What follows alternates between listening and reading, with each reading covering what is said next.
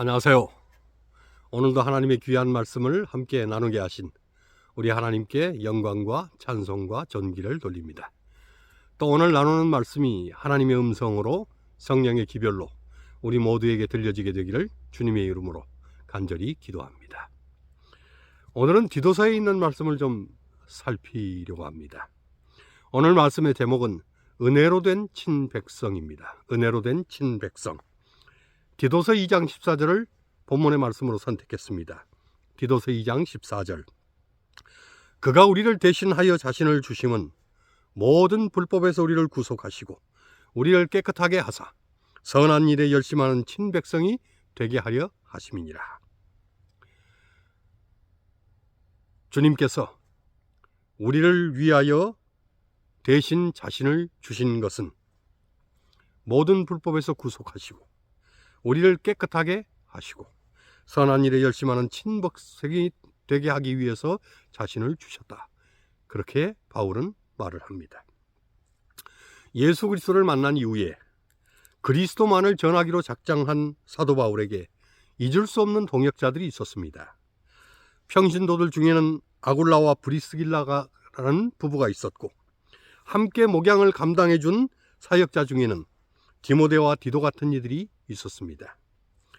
총 13권의 서신을 기록한 바울은 디모데와 디도에게도 귀한 서신을 보냈습니다. 디모데 전후서와 디도서인데 이 세 개의 서신을 특별히 목회 서신이라고 부릅니다. 디모데는 에베소 교회를 섬기고 있었고 디도는 그레데 교회를 섬기고 있었습니다. 바울은 믿음의 아들이요 사랑의 동역자였던 디도를 그레데 섬에 남겨두고 그레데 교회를 섬기게 했습니다. 바울은 마게도니아로 가서 복음을 전하라고 하는 성령의 지시를 받고 에베소에서 마게도니아로 갑니다. 그런데 에베소에서 마게도니아로 가는 도중에 그레데라는 섬이 있었습니다. 남북으로는 4km, 동서로는 약 75km가 되는 지중해상의 큰 섬이었던 그레데는 소아시아와 유럽을 잇는 해상교통의 요지였습니다. 헬라인 개종자로서 2차 전도여행 이후 바울을 도와서 동행을 하던 디도를 바울은 그레데에서 얻은 초신자들을 돌보고 목양하도록 디도를 그곳에 남겨두었습니다. 그 후 로마 감옥에 투옥된 바울은 그레데 교회에 대한 소식을 전해 듣고 디도에게 편지를 보내는데 그것이 바로 디도서입니다. 바울은 디도서 1장 4절에 같은 믿음을 따라 된 나의 참 아들 디도에게 편지를 한다고 말합니다. 그리고 5절에 내가 너를 그레데에 떨어뜨려 둔 이유는 부족한 일을 바로잡고 장로들을 지도자로 세우되 제 고집대로 하지 않고 말씀의 가르침을 그대로 지키는 감독이요 하나님의 청지기로서 그들을 세우기 위함이라고 말을 합니다. 그러면서 디도에게 디도서 2장 7절에 범사에 네 자신부터 선한 일에 모본을 보이고 부패치 아니함과 경건함으로 바른 말을 하라고 권고를 합니다. 바울은 디도에게 서신을 보내면서 먼저 지도자의 자격에 대해서 언급을 했습니다. 그리고는 그레데 교회의 영적 자격이 없는, 영적 자격이 안 되는 거짓 교사들의 정체를 폭로했습니다. 저들은 입으로는 하나님을 시인하는데 행위로는 하나님을 부인하는 자들이라고 했습니다. 교회는 나오지만 영적으로는 함량 미달인 그런 이들이 지도자요 교사라고 하면서 복종도 하지 않고 헛된 말들을 하고 더러운 이만 취하는 행위를 한다고 했습니다. 그러니 교인들을 올바로 잘 양육해야 한다고 말합니다. 이때 바울은 무엇보다도 목회자 자신이 삶의 모본을 보임으로 성도들을 양육해야 한다고 했습니다. 실천적 신앙의 중요성, 삶의 모본을 통하여 이 지도자의 본이 되는 그 중요성을 강조하고 또 강조하는 것입니다. 하지만 바울은 실천적 신앙의 그 출발점이 어디서부터인지를 빼놓지 않고 먼저 언급합니다. 디도서 2장 11절에 바울은 모든 사람에게 구원을 주시는 하나님의 은혜가 나타나 우리를 양육한다고 했습니다. 그리스도인은 은혜로 인해 성장하고 은혜로 인해 성숙하고 은혜로 인해 양육을 받는다는 것입니다. 그리스도인은 은혜로 삽니다. 그리스도인으로 살다 보면 은혜가 아닌 것이 하나도 없습니다. 때로는 고난처럼 보이지만 지나고 나면 온통 은혜입니다. 때로는 시련처럼 보였지만 지나고 나면 온통 은혜였습니다.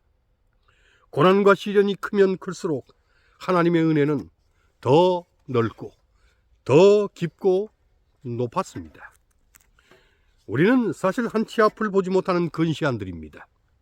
그러나 하나님은 길게 보시고 넓게 보시고 멀리 보십니다. 우리는 쉽게 눈앞에 보이는 현실에 휘둘리고 그래서 원망하고 불평하고 한숨을 내쉽니다. 그러나 하나님은 내 개인의 삶을 주관하시고 환경도 주도하시고 모든 역사를 이끌어 가십니다. 하나님은 실패도 없고 실수도 없으십니다. 그러니 우리는 하나님께 모든 것을 맡겨야 합니다. 왜냐하면 하나님은 모든 것을 은혜로 이끌어 가시기 때문입니다. 우리는 사실 하나님의 은혜가 얼마나 큰 것인지 모릅니다. 이해도 안 되고 측량도 안 됩니다. 하지만 은혜란 이런 것입니다. 우리는 보이지 않지만 공기 속에 살고 있습니다. 공기가 있기 때문에 우리는 숨쉬고 호흡하면서 삽니다. 사람이 사는 곳은 어디든지 공기가 둘러싸고 있는 것입니다. 만일 공기가 감싸지 않는다면 그곳은 생명이 존재할 수 없습니다. 우리가 의식하지 않아도 우리는 공기 안에서 삽니다. 사실은 우리가 의식하지 않고 살지요. 하지만 의식하든 의식하지 않든 우리는 공기 안에서 살아가는 것입니다. 은혜도 그와 같은 것입니다. 우리는 은혜에 휩싸여서 영적으로 숨쉬고 영적으로 호흡하면서 사는 것입니다. 사람이 사는 곳은 어디든지 은혜가 둘러싸고 있는 것입니다. 만일 은혜가 없다면 그곳은 역시 생명이 존재할 수 없습니다. 더구나 영적 생명은 존재하지 못합니다. 우리가 부르는 찬미 중에 찬미가 361장은 은혜가 무엇인지를 나름대로 표현을 합니다. 그 1절 가사를 참 좋아하는데 이렇습니다. 내 주 하나님, 넓고 큰 은혜는 저 큰 바다보다 깊다. 너 곧 닷줄을 끌러 깊은 데로 저 한가운데로 가보라. 언덕을 떠나서 창파에 배 띄워 내 주 예수 은혜의 바다로 네 맘껏 다녀보아라. 은혜는 바다라고 했습니다. 하지만 은혜는 도리어 바다보다 더 넓습니다. 바다보다 더 깊습니다. 그 은혜의 바다에서 우리는 마음껏 다닐 수 있다는 것입니다. 그러니 얕은 물가에서 은혜의 맛도 모른 채 그렇게 살지 말라는 것입니다. 작은 파도 보고 겁이 나서 마음이 졸이지 말고 은혜의 바다로 뛰어들라는 것입니다. 사도 바울은 모든 사람에게 구원을 주시는 하나님의 은혜가 나타나서 우리를 양육한다고 했습니다. 그래서 그렇게 은혜로 양육받은 사람은 경건치 않은 것과 이 세상 정욕을 다 버린다고 했습니다. 그렇게 은혜로 양육을 받은 사람은 의로움과 경건함으로 세상을 산다고 했습니다.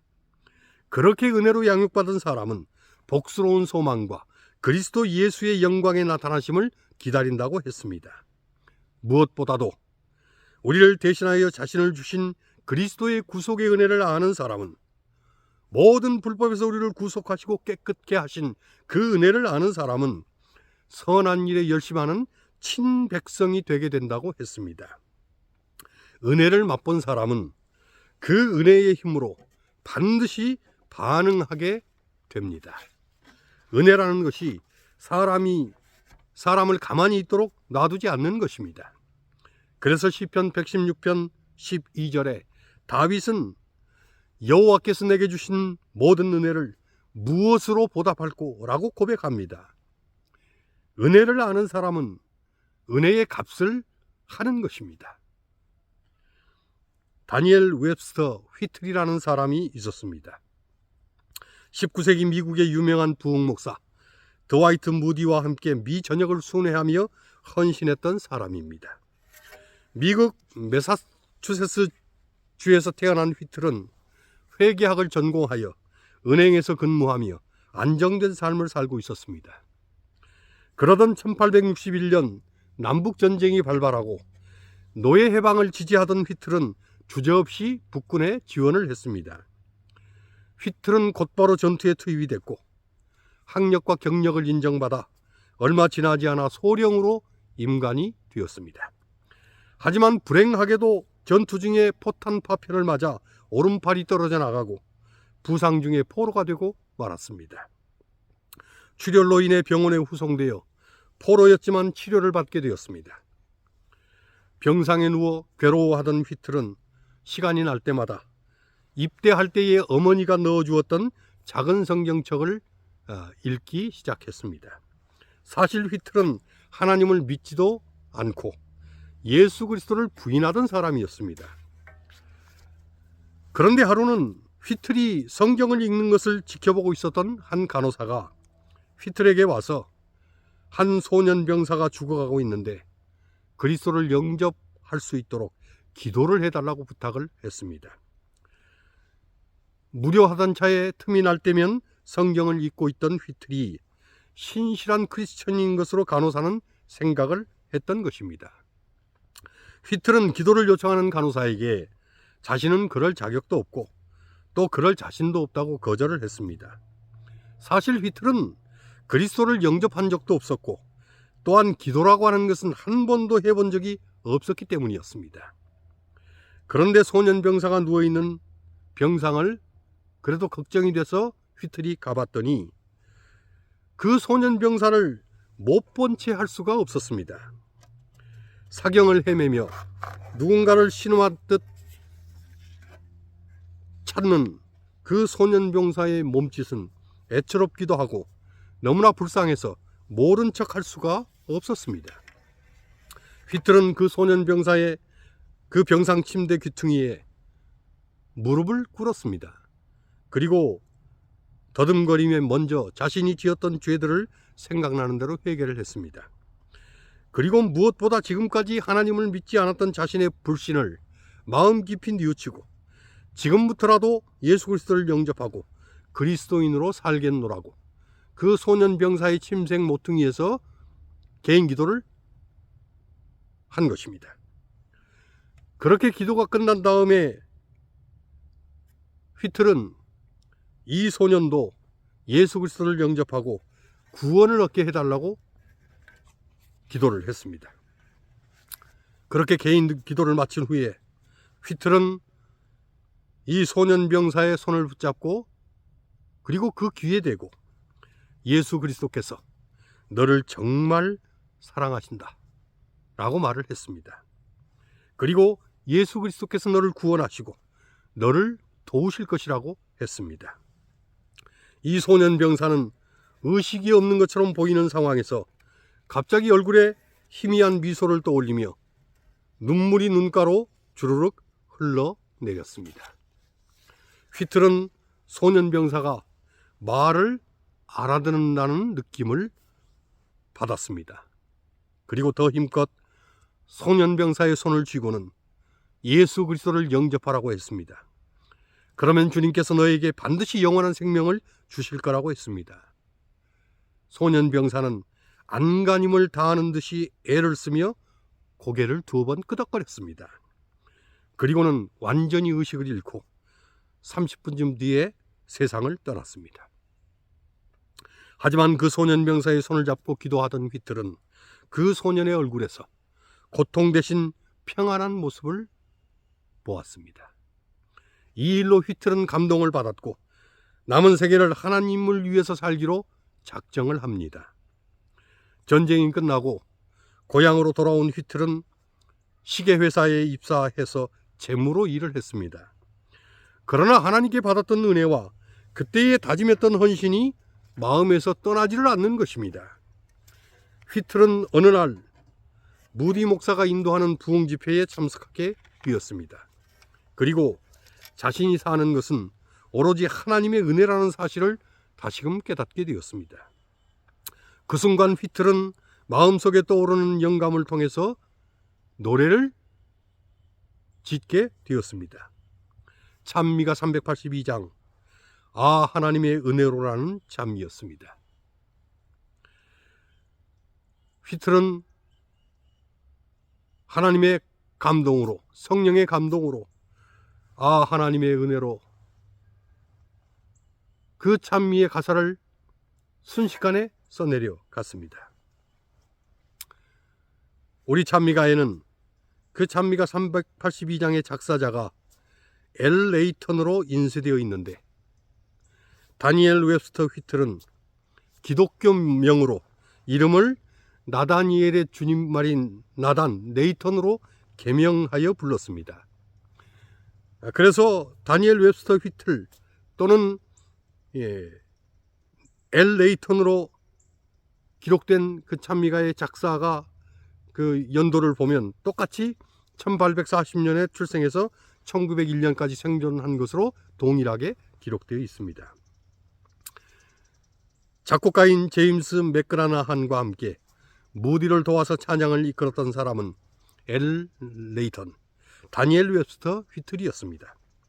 휘틀은 아 하나님의 은혜로라고 하는 그 찬미 외에도 빈들의 마른 풀같이 시들은 나의 심령 찬미 225장, 주의 진리 위에 십자가 군기 높이 높이 받들고 찬미 563장, 구주와 함께 못 박혔으니 구주와 함께 또 영생 얻네 찬미가 365장, 그 외에 여러 개의 찬미를 작사하고 노래를 했습니다. 은혜를 받은 사람은, 은혜를 입은 사람은, 그리고 은혜를 아는 사람은 그 은혜가 그 사람을 가만히 놔두지 않는 것입니다. 바울은 디도에게 하나님의 은혜가 우리를 양육했다고 했습니다. 양육은 먹이고 재우고 키우고 돌보고 살도록 보살피는 것입니다. 그리스도인을 먹이고 재우고 키우고 돌보고 살도록 보살피는 것은 다름 아닌 하나님의 은혜라는 것입니다. 그러니 그 은혜가 나를 양육한다는 사실을 알면 그 은혜가 그리스도인으로 하여금 선한 일에 열심 있는 친백성으로 살게 한다는 것입니다. 바울은 디도서 3장 3절에 사실은 우리도 전에는 어리석은 자요, 순종치 아니한 자요, 속은 자요, 각색 정욕과 행락 중에 종노릇한 자요, 악독과 투기로 지낸 자요, 가증스러운 자요, 피차 미워한 자였다고 고백을 합니다. 그런데 디도서 3장 4절에 우리 구주 하나님의 자비와 사람 사랑하심을 나타내시고 우리를 구원하실 때 우리의 행위로 하지 아니하시고 오직 긍휼하심을 따라 중생의 씻음과 성령의 새롭게 하심으로 하셨다고 말을 합니다. 우리의 행위를 보자면 구원받고 용서받을 건덕지가 눈곱만큼도 없었는데 하나님의 긍휼이, 하나님의 씻어주심이, 하나님의 새롭게 하심이, 하나님의 용서가, 하나님의 은혜가 우리를 그리스도인 되게 하시고 사람 되게 하셨다는 것입니다. 그리고는 디도서 3장 7절에 우리로 저의 은혜를 힘입어 의롭다 하심을 얻게 하고 그 은혜로 영생의 소망을 따라 후사가 되게 하였다고 말합니다. 의롭게 되는 것도 은혜로, 영생의 후사가 되는 것도 은혜로 된다고 바울은 말합니다. 우리는 하나님의 친백성입니다. 이 말은 하나님의 선택된 백성, 하나님이 맡아둔 백성, 하나님과 한 가족된 백성이라는 것입니다. 그러니 하나님처럼 선한 일에 열심 있는 백성이 되라는 것입니다. 그리스도인은 세상을 위해 사는 사람들이 아닙니다. 또한 그리스도인은 세상에서만 살다 갈 사람들이 아닙니다. 그리스도인은 하늘을 위해서 사는 사람들이며 하늘에서 하나님과 영원히 살게 될 사람들입니다. 하나님을 아버지로 모시고 주님과 함께 영원히 살게 될 하나님의 친자녀요, 하나님의 친백성들인 것입니다. 그러니 깨끗하게, 선하게, 열심히 충성을 다하고 하나님의 교훈을 빛나게 하는 그런 삶을 살라는 것입니다. 그리스도인으로서, 무엇보다 재림교인으로서 하나님의 은혜를 알고 정말 맑고 밝고 환하고 선하게 살다가 그리고 열심으로 살다가 주님 다시 오심을 기쁨으로 영접하는 하나님의 은혜로운 친백성이 우리 모두가 되시게 되기를 주님 이름으로 간절히 축원합니다. 주님 곧 오십니다. 마라나다. 주 예수여 속히 오시옵소서. 아멘.